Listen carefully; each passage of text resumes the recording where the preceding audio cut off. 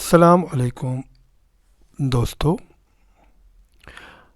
Lesson plan یا سبق کی منصوبہ بندی سبق کو معنی خیز اور مؤثر بنا دیتا ہے۔ ایک مؤثر استاد یعنی انسپائرنگ ٹیچر لیسن پلان کے بغیر کلاس میں کبھی بھی نہیں جاتا۔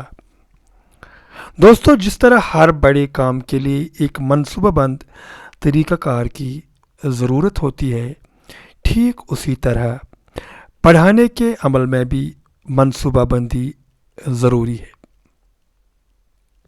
دوستو، لیسن پلان مقررہ وقت کے اندر استاد کو پڑھائے جانے والے مضمون کے اہداف سامنے رکھواتا ہے۔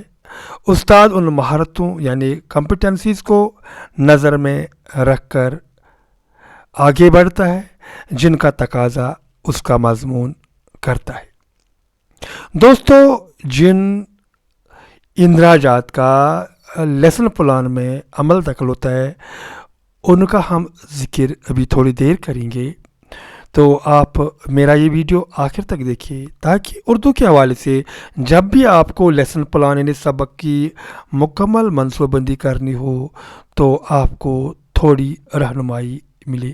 میں ہوں آپ کا مدرس Tariq Ahmed Malik, master government high school Hardochanam Rafiabad. تو دوستو، سبق کی منصوبہ بندی کے اندراجات جو لیسن پلان کے کانسٹیٹوئنٹس ہے ان میں ہے ہمیں درجہ لکھنا ہے کہ کس کلاس میں ہمیں کلاس دینا ہے، مضمون کون سا ہے، اردو پڑھاتے ہیں، انگریزی پڑھاتے ہیں، سائنس پڑھاتے ہیں، پھر سبق کا نام ہم دیتے ہیں، پھر تاریخ دیتے ہیں کہ آج کون سی تاریخ ہے، پھر وقت جیسے ہم 40 منٹ ہم رکھتے ہیں، 40 منٹ میں ہمیں اپنا لیسن مکمل کرنا ہوتا ہے۔ مدرس کا نام جیسے میرا نام ہے طارق احمد ملک، پھر عمومی مقاصد ہم دیتے ہیں، کامن آبجیکٹیوز جو اس مضمون کے حوالے سے ہوتے ہیں جو ہمیں ہمیشہ دھیان میں رکھنے ہوتے ہیں۔ پھر مقاصد خاص جو ہوتے ہیں وہ موجودہ سبق کے حوالے سے ہوتے ہیں، یعنی آج کے سبق میں ہم نے کون سے اہداف پورے کرنے ہیں۔ پھر تدریسی مواد جسے ہم کہتے ہیں لرننگ میٹیریل، ہمارے پاس کیا ہے، جیسے کتاب ہوتی ہے، مارکر ہوتا ہے، وائٹ بورڈ ہوتا ہے، کبھی کبھار لیپ ٹاپ ہوتا ہے۔ پھر پڑھانے کی حکمت عملی کون سی ہم اپنائیں گے، طلباء کی تشخیص کرنے کے لیے ہم کیا ٹول اختیار کریں گے، یعنی اسسمنٹ کیسے کریں گے۔ پھر جب لیسن کا اختتام ہوگا تو ہم گھر کے لیے کام بھی رکھتے ہیں۔ تو عمومی مقاصد کی جہاں تک بات ہے، بہت بڑا پوائنٹ ہمارے پاس عمومی مقاصد، تو ہم پوائنٹ پہ پوائنٹ آگے جاتے رہیں گے۔ دیکھیے، ہم اگر یہاں شروع کرتے ہیں، تاریخ آج ہے تاریخ 9 مئی 2022، 9 مئی 2022 ہم نے تاریخ لکھی، درجہ ہے 9، مضمون ہے اردو، سبق کون سامنے رکھا ہے، فیض احمد فیض کی غزل، مدرسوں میں طارق احمد ملک۔ یہ اتنا زیادہ مشکل نہیں ہے کہ جو ہم نے یہاں انٹریز بھرنی ہے۔ پھر اس کے بعد لیسن پلان کو زیادہ مؤثر بنانے کے لیے ہم سبق کا تھوڑا متن ڈالیں گے۔ جو ٹیکسٹ بک میں ہے وہ سبق ہم پورا کا پورا ہم لیسن پلان میں نہیں بھر سکتے، تھوڑا کچھ ہم بھر سکتے ہیں۔ جیسے کہ ہمارے پاس فیض احمد فیض کی غزل جو ہے اس کے ہم نے 2 اشعار یہاں لکھے ہیں، جیسے سبق کا متن، جس سے ہمیں ایک اندازہ لگے گا کہ ہم کس سبق کے بارے میں آج لیسن دینے جا رہے ہیں۔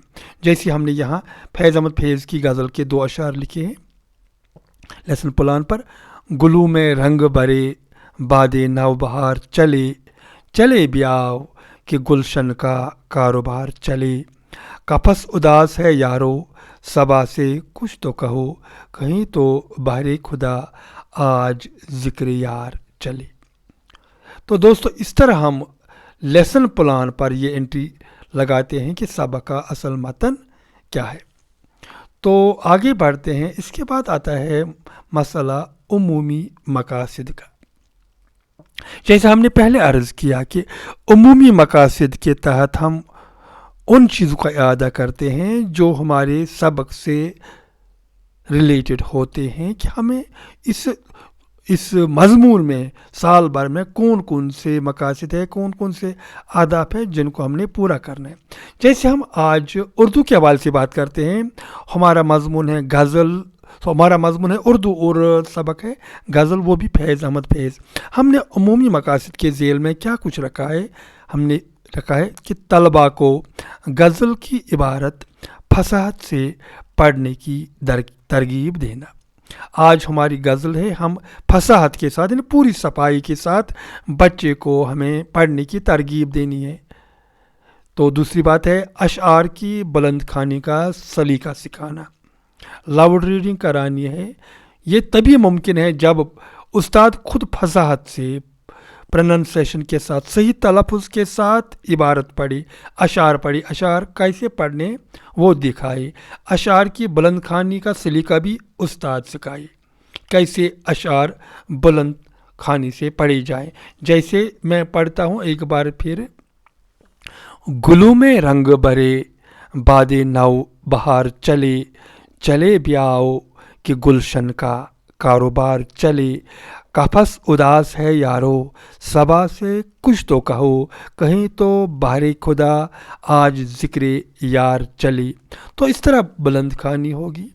اس کے بعد جو ہمارا دوسرا مقصد ہے عمومی مقاصد کے ذیل میں، وہ ہے جمالیاتی حس سے متعارف کرنا۔ جو شاعری ہوتی ہے خصوصاً غزل کی شاعری، اس میں ایستھیٹک ٹیسٹ بچے کو انٹروڈیوس کرنا ہے کہ ہم کیوں شاعری پڑھتے ہیں۔ اس میں ایک ایستھیٹک ہوتا ہے، اس میں ایک نفاست پسندی ہوتی ہے، خوبصورتی کو تعریف کرنے کا ایک جذبہ دیا گیا ہوتا ہے۔ جو شاعری ہوتی ہے وہ جذبات کو ایڈریس کرتی ہے۔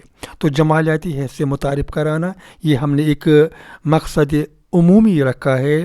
اس کے بعد جو اگلا مقصد ہوگا شعر فہمی کے اسرار و رموز سکھانا، بچے کو دکھانا ہے کہ ایک شعر کو کیسے سمجھا جا سکے، اس میں کون سے راز ہے، کس طریقے سے اس شعر کو ایڈریس کیا جائے، کیسے پڑھا جائے، لائن ب لائن، حرف بہ حرف اور بٹوین دا لائن سے ہم کہتے ہیں۔ اس کے علاوہ ایک اور مقصد ہے شاعری کے حوالے سے شعری صنعتوں کی پہچان کرانا، بچوں کو دکھانا ہے کہ شاعری میں کون کون سی صنعتیں استعمال کی جاتی ہیں اور موجودہ جو ہم نے سبق پڑھنا ہے اس میں کون کون سی اسناد متعارف کی گئی ہیں۔ انگریزی میں اسناد کو لٹریری ڈیوائسز کہتے ہیں، لٹریری ڈیوائسز، یا ہم پوئٹک ڈیوائسز بھی کہتے ہیں۔ انگریزی میں ان کے اپنے نام ہیں، اردو میں اپنے نام ہیں۔ جیسے انگریزی میں ہمارے پاس سملی ہے، اردو میں ہوگا تشبیہ، انگریزی میں میٹافر ہے، اردو میں ہوگا استعارہ، انگریزی میں پرسونیفیکیشن ہے، اردو میں ہے تجسیم۔ اس کے علاوہ دوسرے بہت ساری میٹھی میٹھی صنعتیں ہیں، جیسے حسن تعلیل، حسن تضاد، تجاہل عارفانہ، تلمی، مبالغہ، امیجری وغیرہ۔ دوست اس کے بعد آتا ہے جو اگلی انٹری ہے، وہ ہے مقاصد خاص، جو ہمیں ابھی سبق پڑھانا ہے۔ اس میں ہم کون کون سے اہداف حاصل کرنے جا رہے ہیں۔ ہم یہاں طلباء کو اس مضمون کے اس سبق کے حوالے سے فیض احمد کی غزل سے لطف اٹھانے کی ترغیب دیں گے۔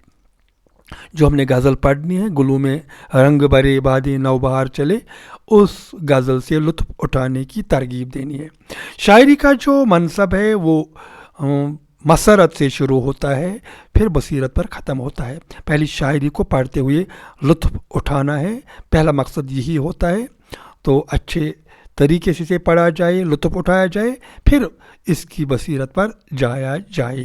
تو پہلے بچوں کو فیض کی غزل سے لطف اٹھانے کی ترغیب دیں گے ہم، تاکہ وہ ذہنی طور اس کے لیے آمادہ ہو جائیں۔ پھر فیض کی شاعری محاسن کی پہچان کروانا کہ فیض کی شاعری کیوں اتنی مقبول ہو چکی ہے، اس میں کون کون سی خوبیاں ہیں، شاعری محاسن یعنی شاعرانہ خوبیاں۔ پھر اس کے بعد جو ایگزام میں بھی پوچھا جاتا ہے وہ ہے اشعار کی تشریح سکھانا. بچے کو سکھائیں گے کہ ہم اشعار کی تشریح کیسے کریں گے. آگے بڑھتے ہیں. پھر ضروری ہے کہ استاد کلاس میں جائے تو اس کے لیے یہ ایک میٹیریل ہونا چاہیے, تدریسی مواد, لرننگ میٹیریل. کیا کیا ساتھ لے کر جائیے؟ ایک ہے درسی کتاب جو لینگویج ہے, جو زبان دانی کا مضمون ہے, اس میں درسی کتاب ضروری ہے. پھر مدرس کی ڈائری, استاد اپنی ڈائری لے کر جائے کیونکہ اس پر اس نے پہلے سے پلان کیا ہوتا ہے کہ پہلے کیا کرنا ہے. مشکل الفاظ کی معنی وضاحت پہلے سے اس نے اس ڈائری پر اس کا اندراج کیا ہوتا ہے. اور پھر مارکر اور پھر وائٹ بورڈ, یہ چیزیں درکار ہے. ہاں, استاد اپنے ساتھ لیپ ٹاپ بھی لے سکتا ہے, وہ بھی یہاں اگر لیپ ٹاپ استعمال کیا تو یہاں لیپ ٹاپ بھی لکھیں گے. اگر موبائل فون سے آڈیو یا ویژول کلپس دکھائیے تو یہاں وہ لکھے گا ان تدریسی مواد میں. تو یہ ہوئی تدریسی مواد کی بات. پھر حکمت عملی پیڈاگوجی کون سی استاد استعمال کرتا ہے اس کا اندراج کرنا ہے. لیسن پلان میں ہم ان چیزوں کا اندراج کرتے ہیں. یہ پلاننگ ہے, یہ تیاری ہے, منصوبہ بندی ہے. یہاں مدرس کیا کرے گا؟ مدرس ٹیچر کو کہتے ہیں. اس فیض کی اس غزل کے حوالے سے غزل کی بلند خوانی کرے گا, وہ لاؤڈ ریڈنگ کرے گا, یعنی اونچی آواز میں بچوں کے سامنے یہ غزل پڑھے گا. اگر استاد خوش الحان ہے, یعنی وہ اچھی آواز رکھتا ہے, وہ غزل کو گا بھی سکتا ہے, ورنہ تحت اللفظ ہی پڑھ سکتا ہے, یعنی حرف بحرف, لفظ بلفظ. پھر استاد اس حکمت عملی میں کیا کرے گا؟ مشکل تراکیب کی وضاحت کرے گا. جو ترکیبیں ہیں, جو مرکبات ہیں, جو الفاظ ہیں اس غزل میں, ان کی وہ وضاحت کرے گا. جیسے اس میں آیا ہے باد نو بہار, اس کا معنی لکھے گا نئی بہار کی ہوا. اسی طرح غزل میں آیا ہے کنجے لب, اس کا معنی دینا ہے کہ یہ محبوب کی مسکراہٹ ہے. یہاں کنجے لب استعارہ ہے تو اس لیے وضاحت کرنی ضروری ہے. سرے کاکل, زلفوں کا سرا, کاکل کہتے ہیں سامنے کی زلفیں. اسی طرح شب ہجر, جدائی کی رات, حضور یار محبوب کے سامنے. دفتر جنون, دیوانگی ثابت کرنے کے دستاویز, دفتر کہتے ہیں دستاویز کو, کاغذات کو. پھر اس کے بعد حکمت عملی کے تحت استاد کیا کرے گا؟ شعر کی تشریح کے لیے پہلے شعر کو نثر میں تبدیل کرے گا اور وضاحت کردہ الفاظ سے استفادہ کرتے, یعنی فائدہ اٹھاتے ہوئے تشریح کچھ اس طرح کرے گا. ایک شعر کی یہاں ہم تھوڑا ذکر کریں گے کہ یہ ہمیں ڈائری اس لیسن پلان میں لکھنا ہی لکھنا ہے. کہ جیسے ہمارے پاس شعر کیا ہے؟ گلو میں رنگ برے باد نو بہار چلے, چلے بیاہوں کے گلشن کا کاروبار چلے. تو تشریح کچھ ایسی ہوگی. شاعر کہتا ہے کہ اے میرے محبوب, گلشن میں تمہاری قدم پڑتے ہی پھولوں نے رنگت پگڑی اور آمد بہار کی ہوائیں چلنے لگی. لہذا گلشن کے کاروبار میں کہیں تاخیر نہ ہو جائے, اس لیے جتنا جلد ہو سکے تشریف لے آئیے. پھر اسی طرح پوری غزل کی تشریح استاد کرے گا. اس کی حکمت عملی یہی رہے گی. جب استاد نے اب سبق پڑھایا بھی, اب اس نے حکمت عملی اپنائی بھی, تو پھر اس کے بعد جب لیسن اپنے اختتام کی طرف بڑھتا ہوگا تو استاد پڑھے ہوئے سبق کی تشخیص کرے گا, اسیسمنٹ کرے گا. تشخیص کو انگریزی میں اسیسمنٹ کہتے ہیں یا ایویلیویشن بھی کہتے ہیں. یعنی میں نے جو کچھ پڑھایا کیا بچوں کے سمجھ میں آیا کہ نہیں. اب اس کے ذیل میں مدرس کیا کرے گا؟ چند طلبہ سے غزل کی بلند خوانی کروائے گا. یعنی جس طرح استاد نے شروع میں خود پڑھا اونچی آواز میں, اسی طرح کچھ بچوں سے پوچھے گا کہ وہ اس کی بلند خوانی کرے تاکہ استاد تسلی کرے کہ بچوں میں یہ چیز آ گئی کہ نہیں. پھر چند طلبہ سے اشعار کی تشریح کروائے گا, کیونکہ استاد نے ابھی تشریح بھی کرانا سکھائی ہے, اب یہ بھی اسیسمنٹ کے تحت بچوں سے تشریح کروائے گا. پھر چونکہ استاد نے خود مشکل الفاظ کی وضاحت کی ہے. اب چند طلبہ سے وضاحت شدہ الفاظ کے بارے میں پوچھے گا. جب یہ مرحلہ بھی پورا ہوا اب استاد کو ضروری ہے کہ گھر کے لیے کام رکھے.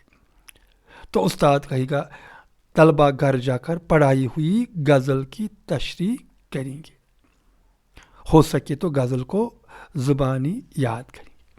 اب ہمارے سامنے پورا خاکہ آیا کہ اب ہمارا لیسن پلان کیسا ہونا چاہیے.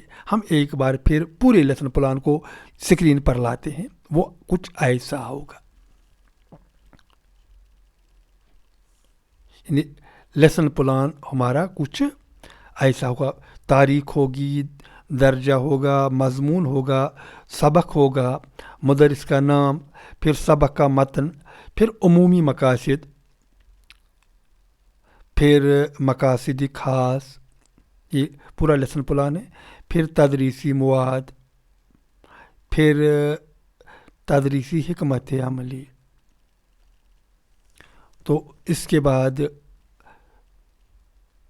پڑھے ہوئے سبق کی تشخیص، پھر گھر کے لیے کام. تو اس طرح ہمارا جو لیسن ہوگا، وہ لیسن پلان ہوگا، وہ مکمل ہوگا.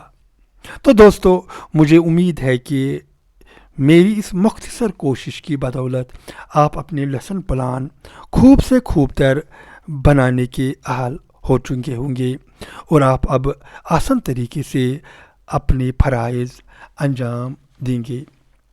امید ہے دوستو کہ آپ اس ویڈیو کو ضرور شیئر کریں گے اور کمنٹ باکس میں میری حوصلہ افزائی کے لیے 2 الفاظ ضرور لکھیں گے. تو آج کے لیے اتنا ہی. دیجیے اپنے میزبان کو اجازت. خدا حافظ و ناصر.